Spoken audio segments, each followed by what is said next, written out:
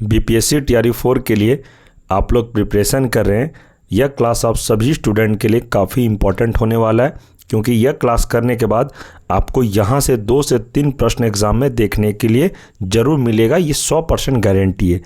Friends, हम लोग 4 chapter तक जीव विज्ञान यानी बायोलॉजी का क्लास हम लोग कंप्लीट किए थे। 4 चैप्टर आपको मैंने कंप्लीट करवा दिया था और ये क्लास एनसीईआरटी बेस्ड आधारित क्लास आप लोगों का होने वाला है और इसमें जितने भी इम्पॉर्टेंट प्रश्न होंगे सभी को लिया गया है, ताकि आपका टीआरई 4 में विटामिन से संबंधित कोई भी प्रश्न नहीं छूटेगा। आज का जो चैप्टर होगा हमारा, ये विटामिन से संबंधित जितने भी इम्पॉर्टेंट प्रश्न हैं जो बार बार एग्ज़ाम में पूछा जाता है, सभी को इस वीडियो में कवर किया जाएगा। और फ्रेंड्स, आप लोग अगर चैनल पर कोई नए हैं, चैनल को सब्सक्राइब अवश्य करें। और सबसे बड़ी बात मैं आपको बता दूं, टीआरई 3 में यहीं से सबसे ज़्यादा डायरेक्ट प्रश्न पूछा गया था। टीआरई 2 में भी पूछा गया था। जब मैं आपको क्लास आगे करवाऊंगा तो मैं आपको बताऊंगा कि टीआरई 3 और 1 में और 2 में प्रश्न इस वीडियो में कौन कौन सा आया हुआ था।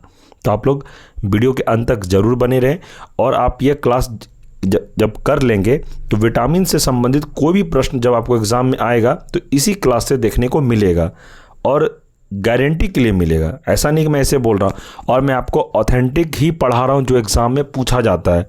फालतू कोई भी कंटेंट आपको हमारे चैनल पर नहीं मिलेगा। जो एग्ज़ाम में बार बार पूछा जाएगा वही प्रश्न आपको करवाया जाएगा इस चैनल पर।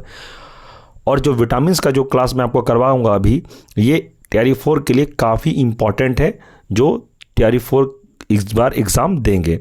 1 to 5 में भी बायोलॉजी का सबसे ज़्यादा वेटेज रहता है।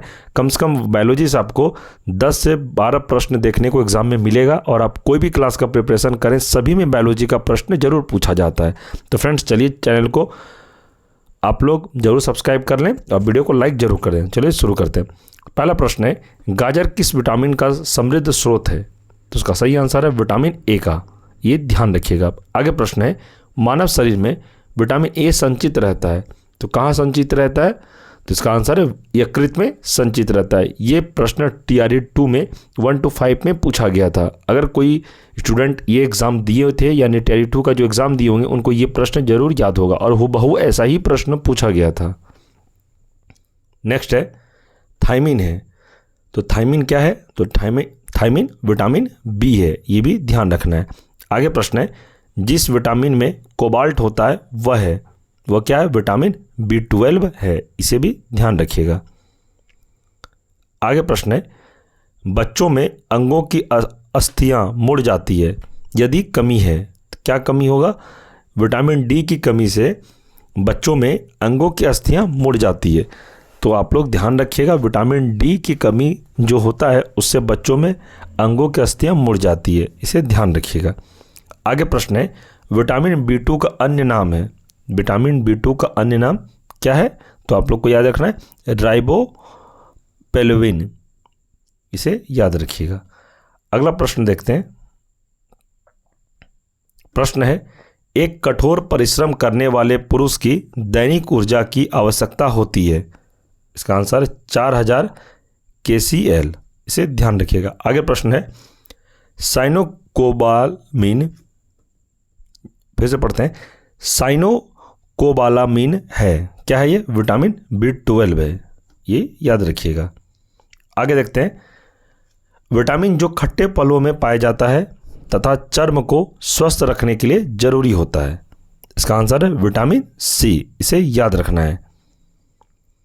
आगे प्रश्न है, विटामिन सी का सबसे उत्तम स्रोत है। तो विटामिन सी का सबसे उत्तम स्रोत क्या है? तो यह आंवला है। ये टीआरई 3 में पूछा गया था। ये भी ध्यान रखना है आपको। और टीआरई 4 में भी यहीं से आपको प्रश्न देखने को मिलेगा, ये मैं आपसे वादा करता हूँ। फालतू कोई भी क्लास इस चैनल पे आपको नहीं मिलेगा। जो भी मैं आपको क्लास करवाऊँ वो टीआरई 4 को ध्यान में रख कर ही आपको क्लास करवाया जा रहा है। और इस वीडियो को आप अपने दोस्त में ज़रूर शेयर कर दें, ताकि उन्हें भी टीआरई 4 से संबंधित जो इम्पॉर्टेंट क्लास है उनको मिले और वो क्लास को करे और अच्छे से पढ़े, और यहीं से प्रश्न भी आपको मिलेगा देखने को। चलिए आगे प्रश्न और है, किस विटामिन की कमी के कारण मसूड़ों से रक्त आता है और दांत हिलने लगता है? तो कौन सा विटामिन का कमी होता है? तो विटामिन सी का। इसे ध्यान रखिएगा। अगला प्रश्न देखेंगे, विटामिन सी का रासायनिक नाम है। तो विटामिन सी का रासायनिक नाम क्या है? तो एस्कॉर्बिक अम्ल। ये इंपॉर्टेंट प्रश्न है फ्रेंड्स, इसे आप याद जरूर रखिएगा। नेक्स्ट प्रश्न है, किसी सब्जी से प्राप्त न होने वाला विटामिन है। तो यह विटामिन डी। विटामिन डी सब्जी से प्राप्त नहीं होता है। विटामिन डी कहाँ से प्राप्त होता है? तो हमें यह धूप से प्राप्त होता है। प्रातःकालीन धूप में मानव शरीर में कौन सा विटामिन उत्पन्न होता है? तो अभी मैं आपको थोड़ी देर पहले बताया, तो विटामिन डी। धूप से हमें क्या मिलता है? तो विटामिन डी मिलता है। नेक्स्ट है, मछलियों के यकृत के तेल में किसकी प्रचुरता होती है? तो यह होती है विटामिन डी की। यह प्रश्न को याद रखिएगा। आगे है, विटामिन डी के सर्जन में क्या पाया जाता है? तो विटामिन डी के सर्जन में पाया जाता है कैल्सिफेरॉल। ये भी इंपॉर्टेंट प्रश्न है टीआरई 4 के लिए। आगे है, विटामिन ई विशेषता किसके लिए महत्वपूर्ण है? तो विटामिन ई किसके लिए है? तो लिंग ग्रंथियों की सामान्य क्रिया में। ये भी से याद रखिएगा। चलिए हम लोग प्रश्न देखते हैं। रक्त का थक्का बनने में किस विटामिन की आवश्यकता होती है? तो यह है विटामिन के की। देख सकते हैं यह प्रश्न 3 पीसीएस में पूछा गया था। उत्तराखंड पीसीएस में, यूपी में, प्री में और मेंस में पूछा गया था। देख सकते हैं। आगे प्रश्न है, विटामिन ई का रासायनिक नाम है। तो विटामिन ई का रासायनिक नाम है टेकोफेरॉल। इसे याद रखिएगा। नेक्स्ट है, रक्त स्कंदन में कौन सा विटामिन क्रियाशील होता है? तो यह होता है विटामिन के।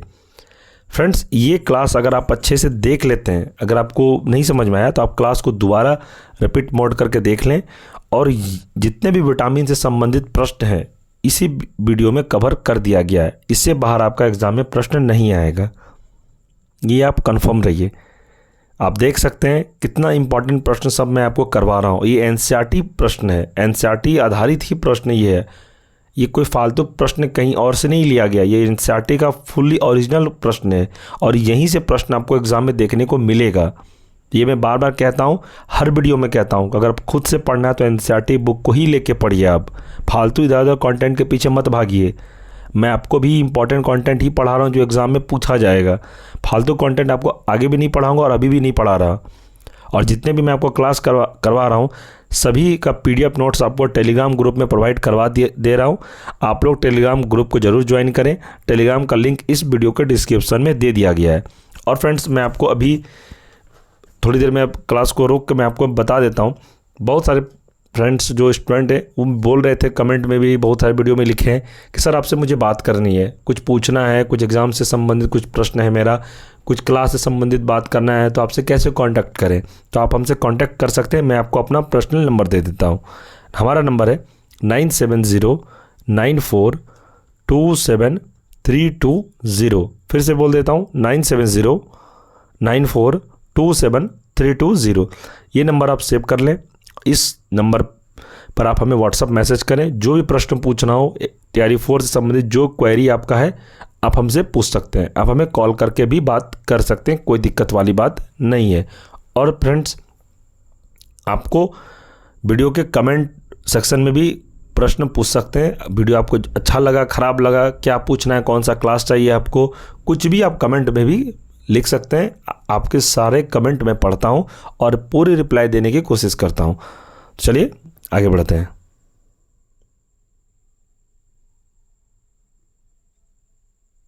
देखिए प्रश्न है, मानव शरीर में रक्त थक्का किस विटामिन से बनता है? विटामिन के। ये तो हम लोग पढ़ लिए। आगे है, मनुष्य के नेत्रों के स्वस्थ संचालन के लिए किस विटामिन का संबंध है? तो यह है विटामिन ए का। इसे ध्यान रखिएगा। प्रश्न है, सूर्य की किरणों से कौन सा विटामिन प्राप्त होता है? सूर्य की किरणों से कौन सा विटामिन प्राप्त होता है? तो यह विटामिन डी। हम लोग पहले भी पढ़ चुके हैं। आगे देखते हैं, रतौंधी निम्नलिखित में किसकी कमी के कारण होती है? रतौंधी किसकी कमी के कारण होती है? इसका आंसर हो जाएगा विटामिन ए। देख सकते हैं कितने सारे एग्जाम में से पूछा गया है। आप इसके अंदाज़ा लगा सकते हैं कि ये प्रश्न कितना इंपॉर्टेंट होगा आपके टीआरई 4 के लिए। इसलिए फ्रेंड्स, हमारा कोई भी क्लास को आप बिल्कुल भी हल्के में ना लें। इस जितने भी मैं आपको प्रश्न करवा रहा हूँ इस सीधा एनसीईआरटी का प्रश्न, और यहीं से आपको टीआरई 4 में देखने को मिलेगा, या VVI लिख सकते हैं। चलिए आगे प्रश्न है, निम्नलिखित में से किसका निर्माण हमारे शरीर में नहीं होता है? तो किसका निर्माण हमारे शरीर में नहीं होता है? तो ये आंसर विटामिन ए हमारे शरीर में निर्माण नहीं होता है। देख सकते हैं यूपी लोअर सब मेंस 2013 में पूछा गया था प्रश्न, और यूपी पीसीएस प्री में 2011 में पूछा गया था। आगे प्रश्न और है, जिस विटामिन में कोबाल्ट होता है वह है, मतलब इस प्रश्न का कहना है कि जिस विटामिन में कोबाल्ट होता है वह है, क्या है वह? तो यह है विटामिन यानी कि B12, ये ध्यान रखिएगा। आगे प्रश्न है, निम्नलिखित विटामिन में से कौन सी कमी स्वप्न को पर्याप्त अवधि तक याद रखने में सहायक होता है? तो कौन सा विटामिन के कारण हम लोग जो स्वप्न देखते हैं पर्याप्त अवधि जो याद रखते हैं वो कौन से किसके सहायक से होता है? तो किसके सहायता से होता है? तो विटामिन B6।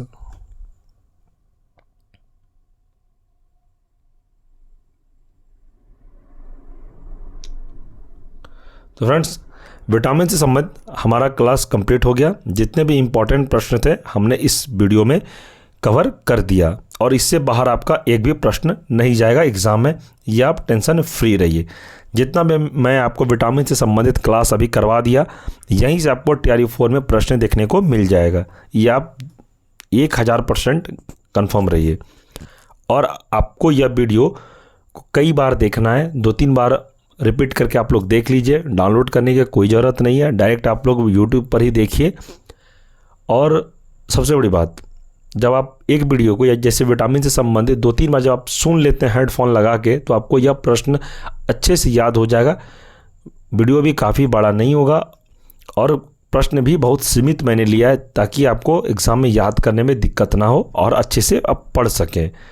और फ्रेंड्स, आपको बताना है, अगर ये मेरे द्वारा जो आपको अभी क्लास करवाया गया, ये क्लास आपको कैसा लगा कमेंट करें। हर स्टूडेंट को मैं कहता हूँ कि आपको अच्छा गलत जो भी लगा आप कमेंट करके हमें बताएं।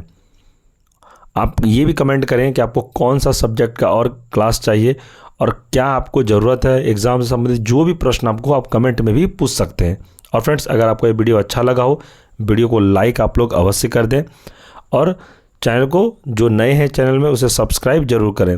सब्सक्राइब करने में इसलिए कहता हूं ताकि चैनल पर जब भी BPSC TRE 4 संबंधित जो भी क्लास अपलोड हो, सबसे पहले आपको नोटिफिकेशन देखने को मिले। अगर आप सब्सक्राइब नहीं करते हैं तो जब भी मैं क्लास करवाऊंगा तो आपको तुरंत पता नहीं चलेगा। और फ्रेंड्स, जो अभी तक टेलीग्राम ग्रुप को ज्वाइन नहीं किए, टेलीग्राम ग्रुप का लिंक मैं इस वीडियो को डिस्क्रिप्शन में दे दूँगा। आप लोग टेलीग्राम ग्रुप को लिंक को क्लिक करके ग्रुप में ज़रूर ज्वाइन करें। वहाँ पर आपको क्लास जितने भी अभी तक हुए हैं सभी का PDF नोट्स आपको मिलेगा, और जो भी इन्फॉर्मेशन होगा TRE 4 से संबंधित आपको टेलीग्राम ग्रुप में ही भेज दिया जाएगा। तो आप लोग ज़रूर सारे स्टूडेंट टेलीग्राम ग्रुप को ज्वाइन कर लें। और फ्रेंड्स, अच्छे से क्लास करिए। सुबह में हमारा मॉडर्न हिस्ट्री का क्लास चल रहा है, मॉडर्न हिस्ट्री को पढ़िए आप, और जितने भी सब्जेक्ट होंगे मैं आपको कंप्लीट करवा दूंगा इस चैनल पर। मैं और भी कुछ MCQ आप लोगों के लिए तैयार कर रहा हूं, ताकि आपको मैं प्रोवाइड करवा दूं। तो आप लोग टेंशन फ्री होकर पढ़िए, कोई दिक्कत नहीं है। जो भी दिक्कत होगा आप हमें कांटेक्ट करें, मैंने अपना कांटेक्ट नंबर आपको दे दिया। कमेंट में लिखें, जो भी प्रश्न हो मैं आपके हर प्रश्न का जवाब दूंगा। आप टेलीग्राम पर भी हमें मैसेज कर सकते हैं। तो ठीक है फ्रेंड्स, हम लोग अगले क्लास में मिलेंगे। और यह वीडियो आप ज़्यादा से ज़्यादा अपने दोस्तों को ग्रुप में शेयर जरूर करें, ताकि जो TRE 4 से संबंधित क्लास करें उनको यह क्लास देखने को मिले और अपना तैयारी को अच्छे से करें। और TRE 4 का वैकेंसी बहुत जल्द आपको एक सप्ताह के अंदर देखने को मिल जाएगा। तो आपके पास टाइम बहुत कम है, अच्छे से तैयारी करिए ताकि आपका एक सीट कंफर्म हो जाए TRE 4 में, क्योंकि TRE 5 आने का कोई उम्मीद नहीं है फ्रेंड्स। इसलिए आप लोग तैयारी आराम से करिए, और जो मैं पढ़ा रहा हूँ उतना पढ़ लीजिए, आपका रिजल्ट हो जाएगा। ठीक है फ्रेंड्स, चलिए फ्रेंड्स, मिलते हैं हम लोग अगले क्लास में। तब तक के लिए जय हिंद, जय भारत।